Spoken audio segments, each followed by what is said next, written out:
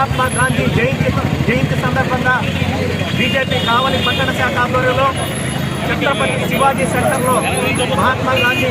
విగ్రహానికి పుష్పాంజలి ఘటించడం జరిగింది. మహాత్మా గాంధీ జయంతి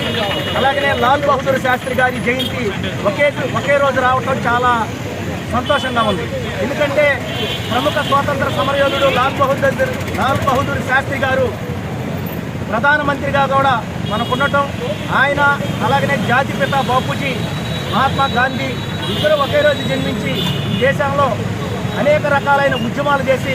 మన దేశం కోసం స్వాతంత్రం కోసం అనేక పోరాటాలు చేసి ఈ దేశ విముక్తిని కల్పించిన మహనీయులు కాబట్టి. అలాగనే మన యొక్క గాంధీజీ జయంతి సందర్భంగా ఈనాటి కేంద్ర ప్రభుత్వం భారత ప్రధాని మాన్యశ్రీ నరేంద్ర మోడీ గారు ఈ యొక్క గాంధీజీ కన్నా కళలను నిజాం చేసేదానికోసంగా స్వచ్ఛ భారత్ మిషన్ ఏర్పాటు చేసి ఈ భారతదేశంలో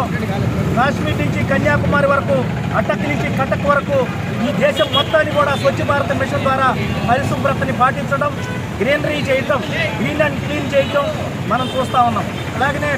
మహాత్మా గాంధీ కన్న కళల్ని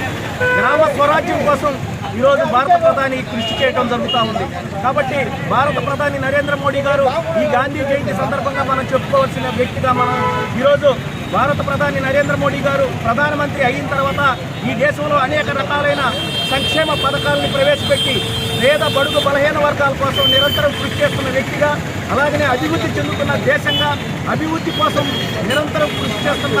వ్యక్తిగా ఈరోజు భారత ప్రధాని మహాత్మా గాంధీ అడుగుజాడల్లో నడవడం జరుగుతుంది. కాబట్టి మహాత్మా గాంధీ యొక్క జీవిత ఆశయాన్ని మనం అందరం కూడా ఆయన అడుగుజాడల్లో నడిచి మనం అందరం కూడా